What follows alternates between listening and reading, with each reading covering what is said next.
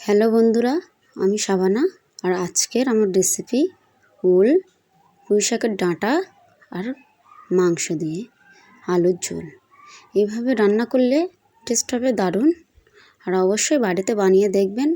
ভালো লাগলে like, share, comment, subscribe করে পাশে থাকবেন। আর ফেসবুক থেকে দেখলে অবশ্যই ফলো করে দেবেন। তাহলে চলুন শুরু করা যাক। প্রথমে মাংসগুলো খুব ভালো করে কেটে ধুয়ে বেছে টুকরো করে রেখে দিয়েছিলাম। তারপর একটা পাত্রের ভিতরে মাংসগুলো দিয়ে কিছুটা পরিমাণে পেঁয়াজ কুচি একটু মোটা মোটা করে দিতে হবে। আর সাথে আদা রসুনের পেস্ট, সয়াবিন তেল, লবণ,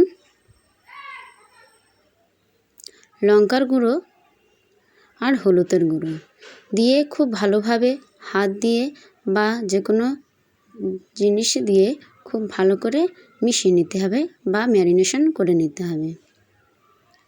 এই কাজটা অবশ্যই হাত দিয়ে করলে টেস্টটা হবে দারুণ।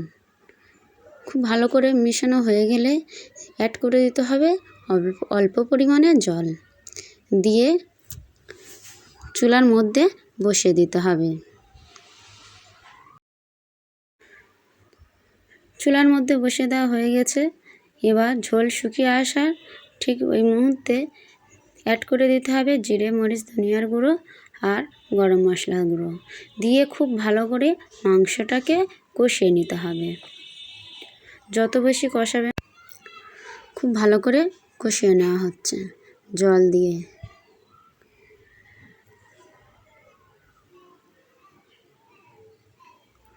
ঠিক মাংস থেকে তেল ছেড়ে বেরিয়ে আসলে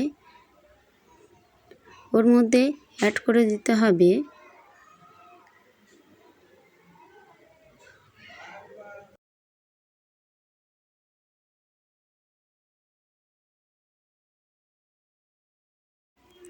কেটে ধুয়ে রাখা ওলের টুকরোগুলো দিয়ে আবারও মাংসের সাথে খুব ভালোভাবে কষিয়ে নিতে হবে। এই কষানো কাজটা অবশ্যই ধৈর্য সহকারে করতে হবে। যত বেশি কষাবেন তত বেশি টেস্ট লাগবে। আবারও অ্যাড করে দেওয়া হচ্ছে টুকরো করে রাখা আলুর টুকরোগুলো দিয়ে আবারও খুব ভালো করে কষিয়ে নিতে হবে। ওল, মাংস, পুঁই শাকের ডাঁটা দিয়ে তরকারি কার কার পছন্দ অবশ্যই কমেন্ট করে জানাবেন বন্ধুরা। আর এইভাবে রান্না করলে দারুণ হবে।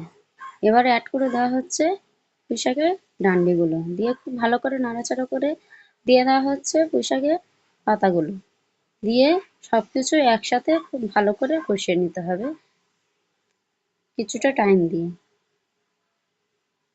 খুব ভালো করে কষিয়ে নেওয়ার মাঝে দিয়ে দিতে হবে অল্প নুন, যাতে প্রসেসটা খুব ভালো করে তাড়াতাড়ি হয়ে যায়। দিয়ে দেওয়া হয়ে গেছে। এবারে খুব ভালো করে কষিয়ে নেওয়া হচ্ছে।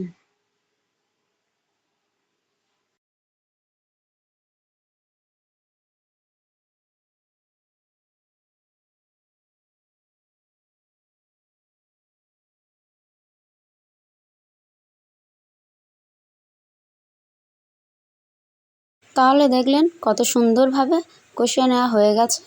এবারে অ্যাড করে দিতে হবে পরিমাণ মতন ঝোল দিয়ে দেওয়া হচ্ছে জল। জলটা দিয়ে ঢাকনা বন্ধ করে দিতে হবে। ঠিক হয়ে আসবে ওই মুহূর্তে অ্যাড করে দিতে হবে জিরে, মরিচ, ধনিয়ার গুঁড়ো আর অল্প করে গরম মশলার গুঁড়ো দিয়ে দিলে তৈরি হয়ে যাবে সুস্বাদু রান্না লোভনীয় ওল দিয়ে গরুর মাংস পুঁই শাকের ডাঁটার তরকারি। এভাবে অবশ্যই একবার বানিয়ে কমেন্ট করে জানাবেন কেমন হয়েছে খেতে। আর যদি ভালো লেগে থাকে অবশ্যই শেয়ার করে দেবেন বন্ধুদের কাছে বা ফ্যামিলির কাছে।